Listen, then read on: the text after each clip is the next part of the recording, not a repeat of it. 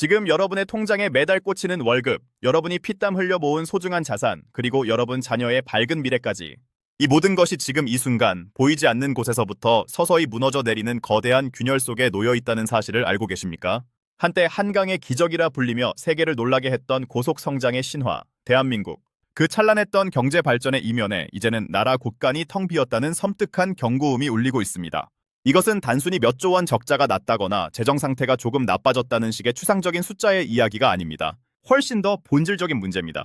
국가가 우리 사회를 지탱하는 가장 근본적인 힘, 즉 국민의 안전과 미래를 위한 투자, 그리고 예상치 못한 위기 상황이 닥쳤을 때 우리를 버텨줄 든든한 버팀목 자체가 서서히 그리고 조용히 소실되고 있다는 의미입니다. 마치 한 편의 스릴러 영화처럼 우리는 지금 이 순간 거대한 경제적 미스터리의 한복판에 서 있습니다. 과연 무엇이, 언제부터, 그리고 어떤 은밀한 이유로 우리의 삶을 지탱하는 이 거대한 경제 시스템의 심장 박동을 이토록 불안정하게 만든 것일까요? 2020년대 중반 세계 경제는 예측 불가능한 거대한 파도에 휩쓸리고 있었습니다. 전 세계를 마비시켰던 팬데믹 이후 찾아온 초유의 인플레이션 그림자, 이어진 살인적인 고금리 충격, 그리고 곳곳에서 터져나오는 지정학적 긴장감은 마치 거대한 폭풍우처럼 전 세계를 뒤흔들었습니다. 하지만 그 경랑 속에서도 유독 대한민국은 마치 홀로 나선 작은 뱃사공처럼 어디로 가야 할지 모르는 망망대해 위를 위태롭게 표류하는 듯한 감각이 시장을 지배하기 시작했습니다. 투자자들의 눈빛에는 불안감이 가득했고 기업들의 회의실에서는 한숨소리가 끊이지 않았습니다. 증권사 객장에선 시뻘겋게 물든 모니터 앞에서 망연자실한 투자자들의 탄식이 터져나왔고 뉴스 채널에선 연일 역대급이라는 섬뜩한 수식어가 붙는 경제 지표들이 쏟아져 나왔습니다.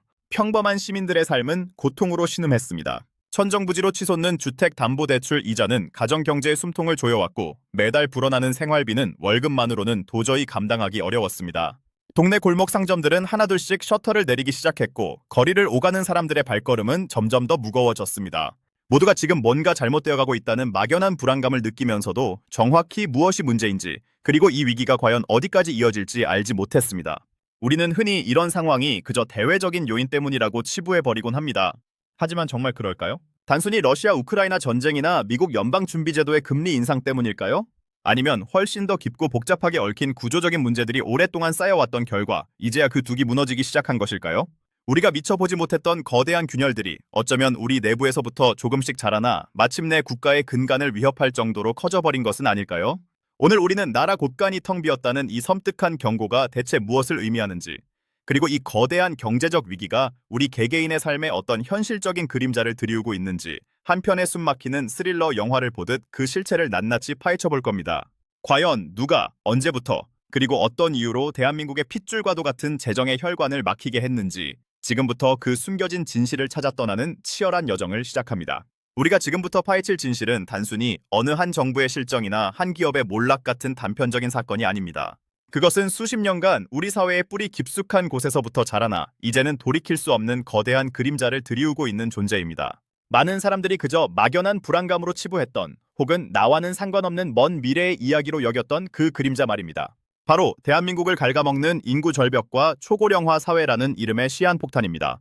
우리의 조상들은 한강의 기적을 일궈내며 자녀들이 더 나은 삶을 살 수 있도록 온 힘을 다해 씨앗을 뿌렸습니다. 그 덕분에 우리는 눈부신 경제 성장을 이룩했고 의료기술은 발전해 수명은 비약적으로 늘어났습니다.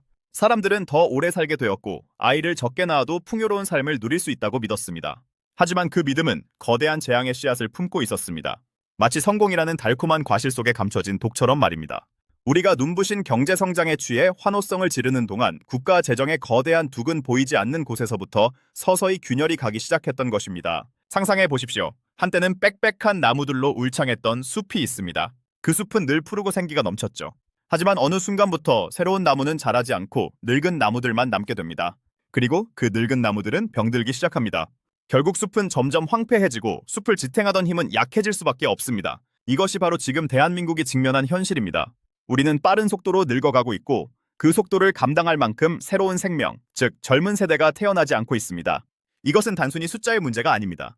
대한민국이라는 거대한 국가 경제의 심장 박동에 직접적인 영향을 미치는 문제입니다.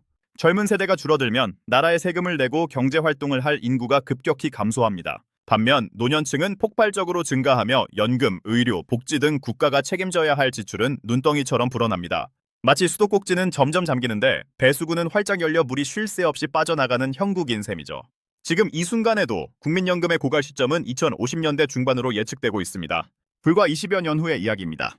여러분이 매달 꼬박꼬박 납부하는 국민연금은 미래의 여러분의 노후를 책임져줄 든든한 버팀목이 아니라 어쩌면 돌려받지 못할 투자금으로 남을 수도 있다는 섬뜩한 경고가 수십 년 전부터 전문가들 사이에서 끊임없이 울려 퍼지고 있었습니다. 하지만 그 경고는 늘 정치인들의 선거 구호 속에 묻히거나 나중에 알아서 해결되겠지 하는 안일한 생각 속에 파묻히고 말았습니다. 국회 예산정책처의 심각한 보고서들을 들여다보면 차트의 붉은 선은 무섭도록 가파르게 치솟아 오릅니다.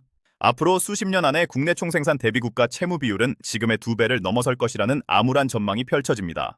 이 숫자들이 의미하는 바는 무엇일까요? 바로 미래 세대에게 짊어지게 될 엄청난 빚더미입니다. 여러분의 자녀들이 성인이 되었을 때 국가가 짊어진 빚을 갚기 위해 지금보다 훨씬 더 많은 세금을 내야 할지도 모른다는 뜻입니다. 그들의 교육, 취업, 주거, 그리고 평생을 위한 노후 준비에까지 이 거대한 빚의 그림자가 드리워질 수 있다는 무거운 경고이기도 합니다. 우리는 이 문제에 대해 얼마나 알고 있었을까요? 경제 전문가는 아니더라도 우리 모두는 언젠가 맞이할 노년과 우리 아이들의 미래를 걱정하며 살아가고 있습니다. 하지만 이토록 중요한 문제가 왜 우리에게는 그저 막연하고 추상적인 위협으로만 다가왔던 것일까요? 왜 우리는 이 거대한 파도 앞에서 속수무책으로 당하고만 있는 것일까요? 이 모든 것은 과연 불가피한 운명일까요? 아니면 우리가 외면했던 불편한 진실 때문이었을까요? 우리는 지금부터 이 냉혹한 현실의 민낯을 마주하며 그동안 감춰졌던 수많은 비하인드 스토리를 추적해 나갈 겁니다. 우리가 마주해야 할 불편한 진실은 바로 이것입니다. 대한민국이라는 배가 가장 빠르게 나아가던 그 황금기에 거대한 암초가 될 조용한 균열은 이미 시작되고 있었습니다. 어쩌면 그 찬란한 빛에 눈이 멀어 누구도 어두운 그림자를 제대로 보려 하지 않았던 것일지도 모릅니다. 1970년대, 1980년대 눈부신 경제 성장의 함성 속에서 우리 사회는 알게 모르게 한 가지 믿음을 굳건히 심어가고 있었습니다. 바로 더 적게 낳아도 더 잘 살 수 있다는 믿음이었습니다. 아이를 많이 낳아 가난을 벗어나려 했던 부모 세대와 달리 자녀 수가 적어도 집중적인 교육과 투자를 통해 더 나은 미래를 보장할 수 있다는 생각이 주류를 이루기 시작했습니다. 이것은 합리적인 선택처럼 보였습니다. 치솟는 물가, 끝없이 오르는 집값, 그리고 자녀 한 명에게 쏟아부어야 할 엄청난 교육 비용 앞에서 자녀를 많이 낳는 것은 마치 무모한 도전처럼 느껴졌으니까요. 하지만 바로 이 합리적인 선택이 수십 년 후 국가의 근간을 뒤흔들 재앙의 씨앗이 될 줄은 그 누구도 상상하지 못했습니다. 통계청의 차트를 거슬러 올라가 보십시오. 1960년대 초반 한 여성당 6명에 육박했던 출산율은 경제성장의 속도와 놀랍도록 정확하게 반비례하며 뚝뚝 떨어져 내립니다. 마치 거대한 롤러코스터가 끝없이 추락하는 궤적처럼 말이죠. 1983년 우리는 인구 유지에 필요한 마지노선, 즉 한 여성당 2.1명의 아이를 낳아야 한다는 선을 처음으로 깨고 내려왔습니다. 이 수치가 의미하는 것은 분명합니다. 그때부터 대한민국은 미래를 위한 젊은 피를 충분히 만들어내지 못하고 있었다는 섬뜩한 경고였습니다. 하지만 당시 정부와 국민의 눈길은 오직 경쟁과 성장이라는 두 글자에만 꽂혀 있었습니다. 그들은 이 숫자의 의미를 애써 외면했습니다. 선진국이 되면 당연히 출산율이 낮아지는 것 아닌가? 경제 발전의 자연스러운 결과다. 젊은 세대가 줄어드는 대신 한 명 한 명의 생산성이 높아지면 된다. 이런 안이한 낙관론이 판을 쳤고 그 속에서 우리는 귀를 닫아버렸습니다. 마치 끓어오르는 냄비 속의 개구리처럼 서서히 죽어가는지도 모른 채 현실에 안주하고 있었던 겁니다. 경제 다큐멘터리 작가로서 수많은 자료를 뒤지다 보면 당시 정부 보고서나 학술지에서 간간히 인구 감소에 대한 우려가 제기되긴 했습니다. 하지만 그 목소리는 언제나 작고 미약했으며 거대한 성장 신화의 북소리에 묻혀버리기 일쑤였습니다. 미래를 내다보는 해안을 가진 몇몇 성학자들의 외침은 마치 외로운 등대지기의 불빛처럼 홀로 깜빡일 뿐 거대한 어둠을 밝히지 못했습니다. 정부는 오히려 가족계획 사업을 통해 출산을 억제하는 정책을 수십 년간 고수했습니다. 둘도 많다, 하나만 낳아 잘 기르자는 구호는 당시 거리 곳곳에부터 우리에게 익숙한 표어가 되었죠. 이것은 분명 당시의 경제 상황과 맞물려 인구 과잉을 우려하던 시대적 배경이 있었음을 부인할 수 없습니다. 하지만 중요한 것은 언제 멈춰야 할지를 몰랐다는 점입니다. 이미 출산율이 위험 수위에 도달하고 있었음에도 불구하고 과거의 성공 경험에 갇혀 미래의 변화를 읽어내지 못했습니다. 마치 잘 달리던 자동차가 벼랑 끝을 향해 가속 페달을 밟고 있는 줄도 모르고 빨리 가고 있으니 잘하고 있다고 착각하는 것과 다를 바 없었습니다. 이러한 정책적 판단착오는 단순히 관료들의 실수로 치부할 수 없는 더 큰 그림자를 들이웁니다. 그것은 우리 사회 전반에 깔린 무의식적인 합의와 깊이 연관되어 있습니다. 우리는 자녀를 낳는 것을 더 이상 자연스러운 선택이나 사회 공동체의 필수적인 의무로 여기지 않게 되었습니다. 대신 엄청난 기회비용과 희생을 요구하는 개인의 선택이자 부담스러운 짐으로 인식하기 시작한 것입니다. 그리고 이 인식의 변화는 시간이 흐를수록 돌이킬 수 없는 거대한 파괴력으로 우리 사회를 덮쳐오고 있습니다. 이제 우리는 이 조용한 파괴가 어떻게 우리의 노동시장, 부동산 시장, 그리고 여러분의 지갑에까지 직접적인 위협을 가하고 있는지 그 충격적인 시나리오를 심층적으로 분석해 보겠습니다. 가장 먼저 비명을 지르기 시작한 곳은 다름 아닌 대한민국의 심장부, 바로 노동시장입니다. 인구 피라미드가 서서히 뒤집히기 시작하면서 한때 활력 넘치던 공장과 사무실의 풍경은 마치 황혼역처럼 스산하게 변해가고 있습니다. 상상해 보십시오. 수많은 젊은이들이 끊임없이 쏟아져 나와 국가 경제의 근육을 단단하게 만들던 시절은 이미 아득한 예시하기가 되었습니다. 이제 새로운 아이디어를 낼 창의적인 젊은 인재는 씨가 마르고 낡은 시스템을 갈아엎을 패기 넘치는 도전자는 찾아보기 어렵습니다. 수십 년 전만 해도 우리는 인구 과잉을 걱정하며 일자리가 부족하다고 아우성이었습니다. 하지만 지금은 정반대의 비극이 펼쳐지고 있습니다. 현장에서 땀 흘릴 숙련된 기술자, 병원에서 환자를 돌볼 간호사, 학교에서 아이들을 가르칠 교사, 첨단 기술을 연구할 과학자, 이 모든 영역에서 젊은 인력은 사라져가고 있습니다. 마치 거대한 컨베이어 벨트에 새로운 부품이 제때 공급되지 않아 시스템 전체가 삐걱거리는 것과 같습니다. 기업들은 사람을 구하지 못해 발을 동동 구르고 생산성은 떨어지고 새로운 시장을 개척할 동력은 점점 상실됩니다. 젊은 피가 멈추는 순간 국가 경제의 심장은 점점 느리게 박동하기 시작하는 겁니다. 그리고 이 문제는 단순히 일할 사람이 없다는 차원을 넘어섭니다. 소수의 젊은 세대는 이전보다 훨씬 많은 사회적 부담을 짊어져야 합니다. 고령화 사회의 막대한 복지 비용, 갈수록 고갈되는 연금 기금, 천문학적으로 불어나는 의료 비용. 이 모든 짐이 그들의 어깨를 짓누릅니다. 마치 좁은 다리를 건너는 행렬에서 뒤따라오는 사람이 없어 앞서가는 소수의 사람만이 모든 짐을 나눠 짊어지고 가야 하는 상황과 다를 바 없습니다. 과연 그들이 지쳐 쓰러지지 않고 이 길을 끝까지 갈 수 있을까요? 그들이 이 무거운 짐을 견디다 못해 아예 아이를 낳는 것을 포기하는 악순환이 반복된다면 우리 사회의 미래는 어디로 향하게 될까요? 이어서 부동산 시장의 붕괴는 또 다른 거대한 그림자입니다. 인구 감소가 노동시장의 활력을 앗아간다면 부동산 시장에서는 이른바 유령도시의 망령을 불러올 수 있습니다. 우리가 지금껏 경험했던 부동산 시장은 오직 우상향만을 아는 탐욕의 시장이었습니다. 불패 신화라는 맹신 아래 사람들은 끝없이 집을 사고 또 샀습니다. 하지만 생각해 보십시오. 부동산 가격의 가장 강력한 동력은 바로 사람입니다. 집이 필요한 사람, 새 가정을 꾸릴 젊은 부부, 일자리를 찾아 도시로 몰려드는 인구, 바로 그 수요가 부동산 시장의 엔진이었습니다. 그런데 그 엔진이 서서히 꺼지고 있다면 어떨까요? 이미 지방의 작은 도시들과 농어촌에서는 수많은 빈집들이 속절없이 버려지고 있습니다. 창문은 깨지고 벽은 갈라진 채 쓸쓸히 폐허로 변해가는 집들이 즐비합니다. 마치 과거의 번영이 거짓말인 양 시간마저 멈춰버린 듯한 풍경입니다. 이 현상은 더 이상 지방만의 문제가 아닙니다. 젊은 세대가 사라지면 학교는 문을 닫고 상점은 손님을 잃고 활기 넘치던 골목은 고요해집니다. 이 모든 과정이 부동산 가치를 잠식해 들어갑니다. 아무리 좋은 입지의 아파트라도 그곳에 살 사람이 줄어든다면, 아무도 필요로 하지 않는다면 그 가치는 어디로 향할까요? 누군가는 서울과 수도권의 집값은 굳건할 것이라고 장담할지도 모릅니다. 하지만 이 조용한 파괴는 점진적이지만 무자비하게 그 영역을 넓혀갈 것입니다. 지방에서 시작된 부동산 가치 하락의 쓰나미는 점차 외곽 지역을 휩쓸고 결국 중심부까지 그 영향력을 미칠 수밖에 없습니다. 이는 단순한 경제 위기가 아닙니다. 우리 사회의 근간을 이루는 내 집 마련이라는 꿈, 그리고 그 꿈이 지탱하던 자산 가치 전반의 거대한 재편을 예고하는 섬뜩한 경고입니다. 여러분이 평생을 바쳐 마련한 그 소중한 자산의 가치가 조용히 녹아내리는 얼음처럼 사라질 수 있다는 불편한 진실과 직면해야 합니다. 가장 직접적이고 냉혹한 현실은 바로 여러분의 지갑에 찾아올 미래입니다. 인구 감소는 필연적으로 세금과 사회보장 시스템 전반에 걸친 대수술을 강요합니다. 지금도 우리는 고령화 사회를 지탱하기 위해 막대한 세금을 내고 있습니다. 하지만 미래에는 훨씬 더 심각해질 겁니다. 젊은 세대가 줄어들면 줄어들수록 남은 소수의 젊은 세대와 현역 경제활동 인구가 짊어져야 할 부담은 기하급수적으로 늘어납니다. 국민연금은 고갈되고 건강보험 재정은 바닥을 드러내며 노인복지 예산은 하늘 높은 줄 모르고 치솟을 겁니다. 여러분은 어쩌면 지금보다 훨씬 더 많은 세금을 내야 할지도 모릅니다. 은퇴 시기는 점점 뒤로 밀리고 받게 될 연금은 기대에 한참 미치지 못할 수도 있습니다. 마치 비어가는 저수지에 물을 채우기 위해 남은 물을 가진 자들에게 더 많은 물을 강제로 징수하는 것과 같습니다. 하지만 이 방법으로는 근본적인 해결이 불가능합니다. 결국 사회 전체의 생산성이 떨어지고 소비가 위축되면서 여러분의 소득은 정체되거나 오히려 줄어들 수 있습니다. 물가는 치솟는데 소득은 제자리 걸음을 걷는 이중고에 시달리게 될 겁니다. 우리가 지금껏 당연하게 누려왔던 사회 시스템이 서서히 붕괴하는 현장을 목격하게 될지도 모릅니다. 이 모든 것이 마치 도미노처럼 연결되어 결국 여러분 개인의 삶과 노후를 직접적으로 위협하는 거대한 폭풍으로 다가올 것입니다. 이 거대한 폭풍은 단순히 여러분의 지갑을 위협하는 데서 끝나지 않습니다.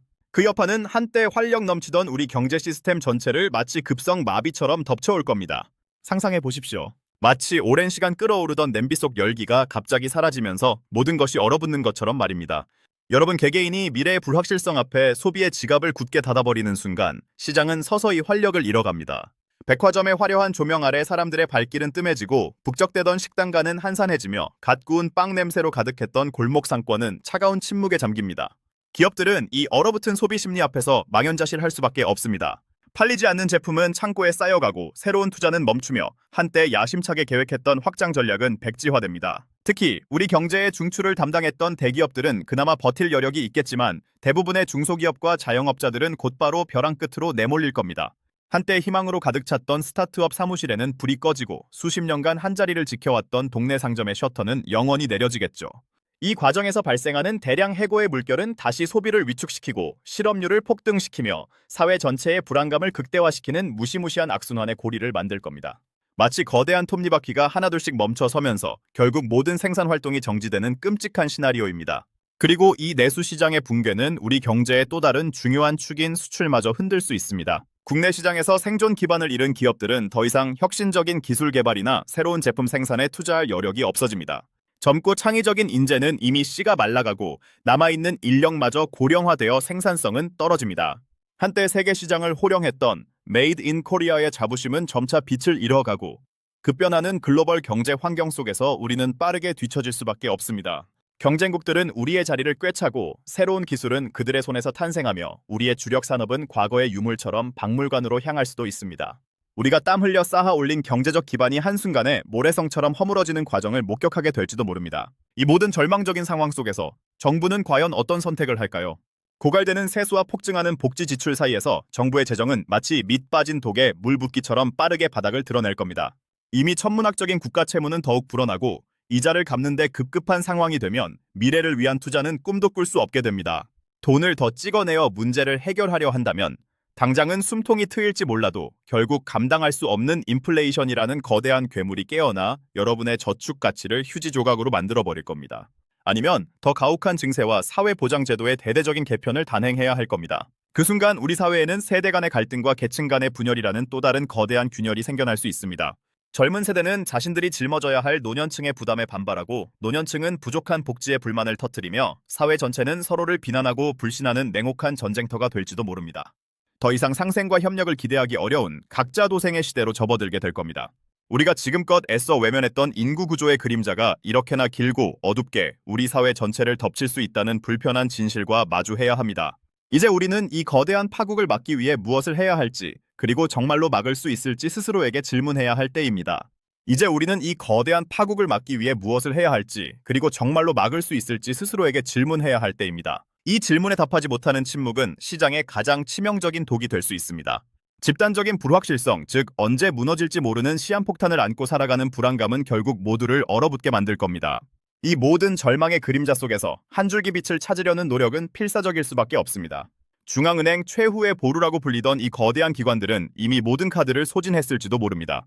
금리를 더 낮추는 것은 마치 더 이상 작동하지 않는 엔진에 기름을 붓는 격이 될 것이고 대규모 양적 완화, 즉 돈을 더 찍어내는 행위는 우리가 애써 외면했던 인플레이션이라는 거대한 괴물을 완전히 잠에서 깨울 겁니다. 그들은 사면초가에 놓인 채 과거의 영광을 되찾기 위해 이미 죽은 말을 채찍질하는 듯한 무력감을 느낄 겁니다. 한때 시장의 구원자였던 그들의 손길은 이제 더 이상 마법을 부릴 수 없을지도 모릅니다. 이런 상황에서 정부는 과연 어떤 선택을 해야 할까요? 고통스러운 구조조정을 통해 낡은 시스템을 도려내고 새로운 질서를 구축해야 할까요? 아니면 당장의 고통을 외면한 채 미봉책으로 시간을 벌며 어떻게든 버텨내야 할까요? 이 선택의 순간에는 언제나 첨예한 대립이 따릅니다. 기업가들은 정부의 규제 완화를 외치고 노동자들은 일자리 보장을 요구하며 젊은 세대는 기성세대의 무책임함을 비난할 겁니다. 서로 다른 이해관계와 이념이 충돌하며 사회는 더 큰 혼란에 휩싸일 수 있습니다. 마치 난파선의 선원들이 서로를 비난하며 배가 침몰하는 속도만 가속화시키는 것처럼 말입니다. 그렇다면 이 거대한 파도 속에서 여러분 개개인은 과연 어떻게 해야 할까요? 한때 영원할 것 같았던 부동산 시장은 더 이상 안전한 투자처가 아닐 수 있습니다. 평생을 모아 장만한 내 집은 언젠가부터 내 지갑을 갉아먹는 애물단지가 될 수도 있습니다. 은퇴를 앞둔 부모님 세대의 노후 자금은 불안한 시장 앞에서 위태롭게 흔들리고 갓 사회에 진출한 젊은이들에게는 안정적인 직장이라는 꿈 자체가 사치가 될 수도 있습니다. 더 이상 과거의 성공 공식이 통하지 않는 시대, 여러분의 삶의 방식은 송두리째 바뀔지도 모릅니다. 하지만 절망 속에서도 언제나 작은 희망의 씨앗은 숨어 있습니다. 이 거대한 경제의 폭풍을 피할 수는 없겠지만 최소한 그 파괴에 휩쓸리지 않고 나만의 항로를 찾아 나설 수는 있습니다. 중요한 것은 바로 인식입니다. 눈앞에 펼쳐지는 현상만을 좇지 않고 그 현상 뒤에 숨겨진 거대한 자본의 움직임과 인간의 탐욕, 그리고 시스템의 구조적 문제점을 꿰뚫어보는 통찰력 말입니다. 과거의 성공 방정식에만 매달리지 말고 끊임없이 배우고 변화에 적응하려는 유연성이 그 어느 때보다 중요해집니다. 기업은 시대의 흐름을 읽고 혁신하지 않으면 살아남을 수 없고, 정부는 눈앞의 포퓰리즘을 넘어 미래 세대를 위한 지속 가능한 정책을 고민해야 합니다. 그리고 우리 개개인은 더 이상 운명을 탓하며 방관하는 대신 스스로의 경제적 미래를 책임지고 설계하려는 능동적인 자세를 가져야 합니다. 단기적인 이익에 일희일비하기보다는 장기적인 안목으로 세상의 변화를 읽고 준비하는 지혜가 필요합니다. 우리가 살아가는 이 시대은 분명 예측 불가능성의 시대입니다. 하지만 예측 불가능하다고 해서 모든 것을 운명에 맡겨야 한다는 뜻은 결코 아닙니다. 오히려 불확실성 속에서 더욱 명확한 원칙과 지혜를 찾아야 할 때입니다. 탐욕과 공포라는 인간 본연의 감정이 어떻게 시장을 지배하고 거대한 자본의 흐름이 우리의 삶을 어떻게 뒤흔드는지 우리는 긴 시간을 통해 목격했습니다. 이 모든 이야기는 단지 과거의 기록이 아닙니다. 그것은 현재 우리가 마주한 도전이자 미래를 위한 준엄한 경고입니다. 우리의 경제 시스템은 살아있는 유기체와 같습니다. 끊임없이 변화하고, 때로는 병들고, 때로는 죽음에 직면하기도 합니다. 중요한 것은 그 변화의 신호를 이해하고 병든 곳을 치유하며 더욱 강하고 유연한 시스템을 만들어 나가는 끊임없는 노력입니다. 여러분의 지갑, 그리고 여러분의 미래는 바로 이러한 이해와 노력 위에 서 있습니다. 역사는 반복되지만 그 반복의 고리를 끊어내고 더 나은 미래를 만들어가는 것은 결국 과거로부터 배우고 현재를 직시하며 미래를 준비하는 우리 모두의 손에 달려 있습니다.